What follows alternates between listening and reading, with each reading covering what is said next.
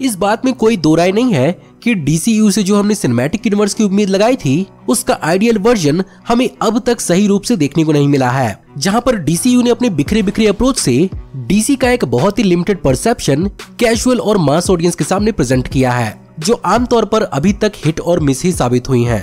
लेकिन वहीं पर सरप्राइजिंगली DC का एनिमेटेड रियल्म अपने सोर्स मटेरियल के हिसाब से ही बहुत हद तक सक्सेसफुल साबित हुआ है और कई बार DC को एक प्रॉपर जस्टिस देता हुआ भी नजर आया है। जहां पर इसमें कई सारे सक्सेसफुल एनिमेटेड टीवी शोज तो आते ही हैं, साथ ही साथ एक successful animated movie cinematic universe भी आता है। अब जहां पर इस बात के आसार नजर आ रहे हैं कि जैक स्नाइडर की जस्टिस लीग रिलीज होने के बाद शायद DCU को एक बार फिर से रिबूट किया जाए, हम लेकर आए हैं आज की इस वीडियो में 5 ऐसे लेसन्स जो DC का सिनेमैटिक यूनिवर्स DC के एनिमेटेड यूनिवर्स से सीख सकता है। एंड ऑफ कोर्स उन्हें आने वाले फ्यूचर में DC की एक successful live action cinematic universe बनाने के लिए इनका इस्तेमाल जरूर करना चाहिए। तो फिर देर किस बात की। हे गाइस, मेरा नाम है पंकज सागर और आपका स्वागत है गेमो को हिंदी के एक और फ्रेश वीडियो में।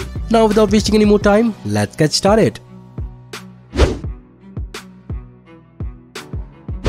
अब भले ही अब तक की DC एक्सटेंडेड यूनिवर्स एक सिनेमैटिक यूनिवर्स थी, लेकिन अगर जस्टिस लीग मूवी को हटा दें तो इनके बीच में रेयरली ही हमें कनेक्शन देखने को मिलता है। इसके अलावा ना ही हमें कोई खास प्रकार का ऑनगोइंग नैरेटिव देखने को मिलता है जो हमें बताए कि ये मूवीज एक दूसरे से कनेक्टेड हैं। एग्जाम्पल के रूप में मार्वल सिनेमैटिक यूनिवर्स के अंदर हम द ब्लिप का एग्जाम्पल ले लेते हैं, जिसका इफेक्ट हमें एवेंजर्स एंड गेम से लेकर स्पाइडरमैन फार फ्रॉम होम और वांडाविजन सीरीज तक में देखने को मिल रहा है, जो हमें बहुत अच्छे तरीके से समझाता है कि ये सब कुछ कितने अच्छे से कनेक्टेड है। अब खैर DCU के अब तक के अप्रोच का एक फायदा भी है कि इंडिविजुअल सुपर हीरो कैरेक्टर्स को शाइन करने का मौका मिलता है, लेकिन फिर सवाल उठने लगता है कि आखिर सिनेमैटिक यूनिवर्स होने का फिर फायदा क्या, जहां पर हमें किसी और कैरेक्टर्स के हिंट या रेफरेंस देखने को मिले ही ना। वेल, यहाँ पर DCU अपने animated counter parts DC animated universe और DC एनिमेटेड मूवी यूनिवर्स से बहुत कुछ सीख सकता है, जहां पर हमें कैरेक्टर्स और कहानियों के ओवरऑल आर्क देखने को मिलते हैं, जहां पर इनके एंड तक इनका एक बहुत बड़ा असर हमें पूरे के पूरे एनिमेटेड यूनिवर्सेस में देखने को मिलता है। और तो और इनके बीच के कैमियोज और क्रॉसओवर हमें इस बात को बहुत अच्छे से समझाते हैं कि ये सब कुछ एक ही यूनिवर्स के अंदर चल रहा है।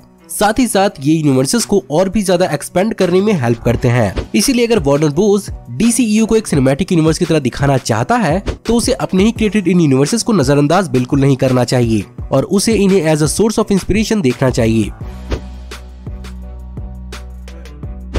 ऑफ कोर्स DC कॉमिक्स के अंदर कैरेक्टर्स की कोई भी कमी नहीं है और ना ही मार्वल की तरह इसके कैरेक्टर के राइट्स अलग अलग प्रोडक्शन स्टूडियोज में बटे हुए हैं। फिर भी यहाँ पर DC एक्सटेंडेड यूनिवर्स ने अपने कैरेक्टर्स को इंट्रोड्यूस करने में बहुत ज्यादा कंजूसी की और कई सारे ऐसे बेहतरीन कैरेक्टर्स हैं जिन्हें DCU को अब भी हमें इंट्रोड्यूस करना बाकी है और यही कारण है कि DCU को लेकर एक कैजुअल फैन की समझ बहुत ही ज्यादा लिमिटेड रही।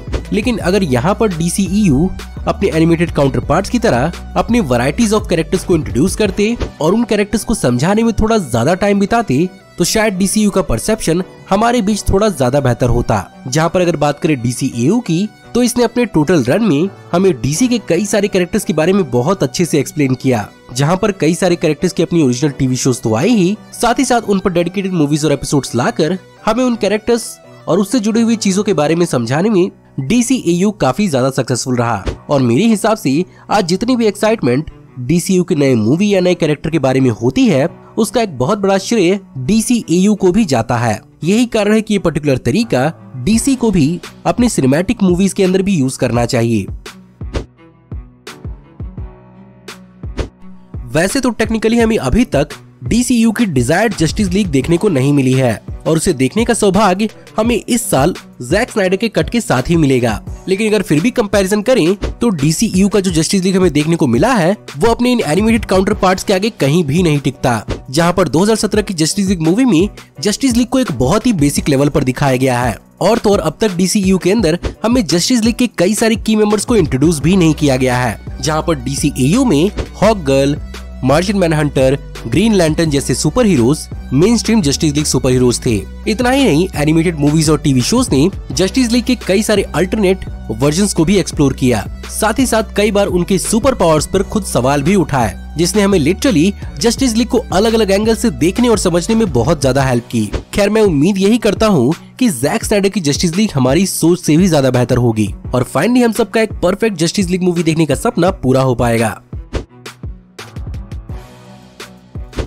डीसी के सुपर हीरोज को सुपर हीरो बनाते हैं इसके सुपर विलन्स, और सुपर हीरोज के साथ साथ इनका भी अपना एक बहुत बड़ा फैंडम है। लेकिन अनफॉर्चुनेटली यहाँ पर इन्हें भी ठीक से न तो इंट्रोड्यूस किया गया, ना ही इन्हें ठीक से एस्टेब्लिश किया गया, और हमें अभी तक एक सॉलिड सुपर विलन देखने को नहीं मिला है जिसके पीछे एक पूरा का पूरा आर्क कंप्लीट हो। और सुपर विलन जैसे कि जोकर और लेक्स लूथर को अभी करंट की डीसीयू के अंदर उतना शाइन करने का मौका भी नहीं मिला है, वरना अगर इन्हें डीसीएयू के एनिमेटेड फॉर्म्स के हिसाब से दिखाया जाए तो ये पूरे के पूरे जस्टिस लीग से अकेले दम पर लोहा ले सकते हैं। इनके अलावा भी ब्रेनियक, रिवर्स फ्लैश और गोरिल्ला ग्रॉड जैसे कैरेक्टर्स हैं जो जस्टिस लीग के लिए एक बहुत बड़ा चैलेंज और थ्रेट बन सकते हैं, और इन्हें जस्टिस लीग के एनिमेटेड यूनिवर्सेस में काफी अच्छे से यूज किया गया है। ऑफ कोर्स हमें आने वाली स्नाइडर कट के जस्टिस लीग में डार्कसाइड, स्टेपनवुल्फ और जोकर को देखने का मौका जरूर मिलेगा, जहां पर ये हमें बहुत ही ज्यादा सॉलिड फॉर्म में दिखने वाले हैं। लेकिन फिर भी डीसीयू के फ्यूचर के लिए डीसी को अपने सुपर हीरोज के साथ साथ अपने सुपर विलन्स पर भी बराबर ध्यान देना होगा।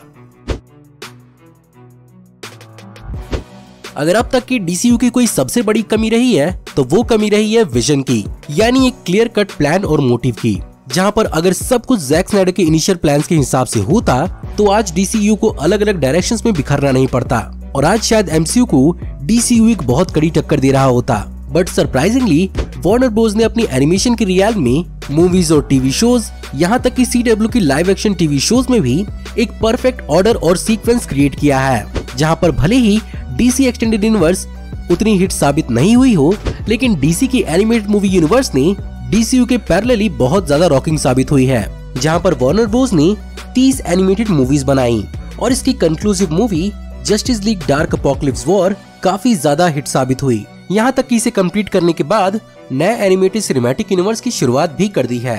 अब यहाँ पर इस बात पर भी डिबेट किया जा सकता है कि डीसी की previous animated movie universe DC के न्यू 52 रिबूट के ऊपर बेस्ड थी, जहाँ पर चीजों को कई जगहों पर पैनल टू पैनल कॉपी किया गया है, और ऑफ कोर्स लाइव एक्शन के मुकाबले 2D एनिमेशन बहुत हद तक सस्ता भी होता है। पर फिर भी वार्नर ब्रोस ने यहाँ पर जो संयम और सब्र दिखाया था, इस चीज की डीसी एक्सटेंडेड यूनिवर्स को सबसे ज्यादा जरूरत थी। खैर, मैं यहाँ पर एक बार फिर से उम्मीद करता हूँ कि जैक स्नाइडर की जस्टिस लीग सुपर हिट हो और वो हमारे सामने एक नया डीसीयू लेकर आए। तो गाइज, ये थी एक वीडियो डीसीयू वर्सेस डीसीएयू के ऊपर। मुझे यहाँ पर पक्का यकीन है कि अगर डायरेक्टर जैक स्नाइडर के हिसाब से यहाँ पर सब कुछ चल रहा होता तो शायद मुझे ये वीडियो कभी भी बनाने की जरूरत नहीं पड़ती।